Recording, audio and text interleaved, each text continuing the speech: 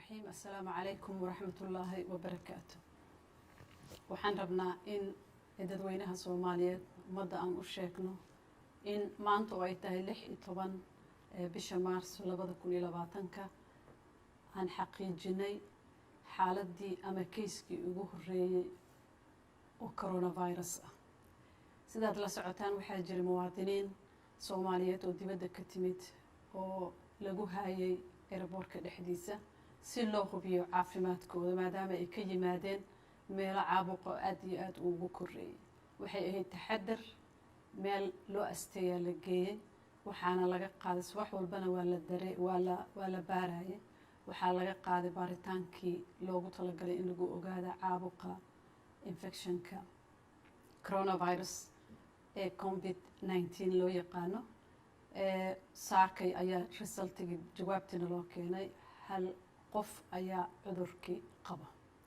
waxaan xaqiijinaynaa dadweynaha oo xaqiijinaynaa dadkaas karantiilka la geliyay uu ka mid yahay qofkan muwaadinka Soomaaliyeed waa muwaadiniin Soomaaliyeed inay dad aan wax calaamado ah symptomski cudurka leh aysan jirin oo qofna uusan qabin ay caafimaad qabeen ay haddana wada ladan yihiin laakiin in jirkiisa qofkan uu ku jiro.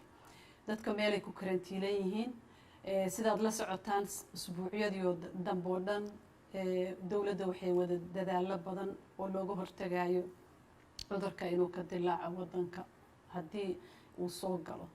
waxaa la sameeyay meelo lagu karantiilo dadka ka yimaada meelaha cudurkaas uu ka jiro muddo ka yar 14 casho. dadkaas hadda aan sheegayno ee ka yimid midkood laga helay waxay ahaayeen dad ka yimid meelaha caabuqa uu ka jiro waqti yar gudaheeda. meelaha dadka lagu karantiilayo waxaa loogu talagalay in dadka lagu haayo aan bulshada lagu daynin ilaa laga hubinayo laga qaadayo baaritaan la xaqiijinayo caafimaadkooda in cudurkii uu ku jiro jirkooda kadibna haddii ay caafimaad qabaan lagu daayo bulshadii oo xaafadahoodii iyo reerahoodii ay u tagaan.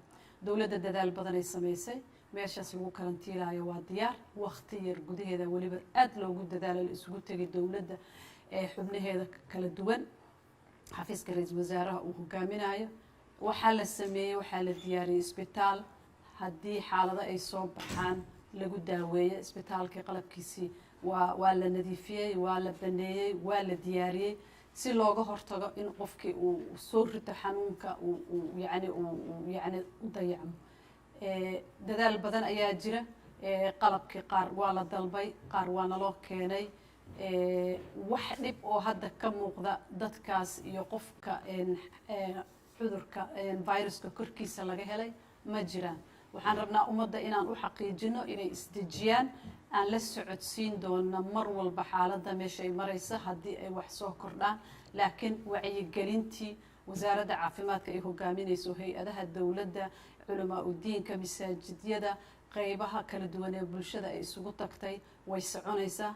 waxaan ka codsanaynaa ummadda inay dadaalaan inay taxadaraan ayagoo aanan argagax isgelinaynin ama dadka gelinaynin in ma aragtay wax kastoo lagu yareyn kara inuu cudurkaas fido in lagu yareeyo nadaafadda in lagu dadaalo in la iska ilaaliyo goobaha ay dadka ku badan yihiin in yani shirarka ay baaqdaan haddii laga maarmo intooda badan safarada la gaabiyo si alla si loogu hortagi karo cudurka inuu faafo. waa idin xaqiijinaynaa mar labaad dadkaas waa caafimaad qabaan waa korkooda waa malaha calaamado waa dad aan maalin walba la arko takhaatiir u tagaan la keergareeyo. halkaas qofna waxaan ilaahay ka baryaynaa in insha allahu tacaala uusan ma arko u dhibtoonin uu ka bogsoodo laakiin waa xaqiijinaynaa dadka waa fiican yihiin meelaa lagu haayaa. dawladdana dadaalkeeda aad ayuu u badan yahay sidii looga hortagi lahaa muwaadiniintii Soomaalida ee imaanaysana meel in la geeyo meelahaas ka imaanayso cudurka uu ka jiro xaaladaha cudurka uu ka jiro in iyagana lagu hayn doono meel gaar ah ilaa iyo in intii laga xaqiijinayo inay cudurka jirkooda uu ku jirin insha allahu tacaala. waxaan noo wada rajeeyay ilaahay inuu wadana xafido. asalaamu calaykum. بسم الله الرحمن الرحيم.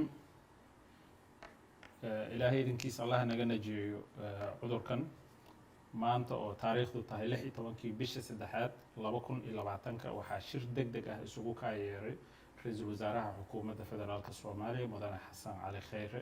shirkaas oo uu inoo shir gudoominayay ra-iisul wasaaraha ayaa waxaa ka soo baxay qodobada soo socdo.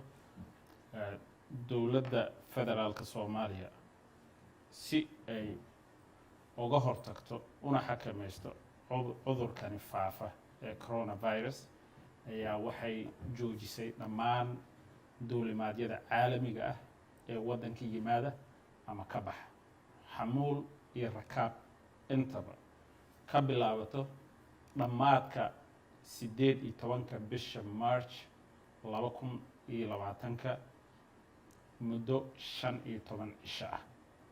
macnaheedu waxaa weeyaan bisha 18keeda marka ay dhammaato habeenkii 6 saac la gaaro 19 diyaarad international ah mana imaan karto waddanka kamana bixi karto.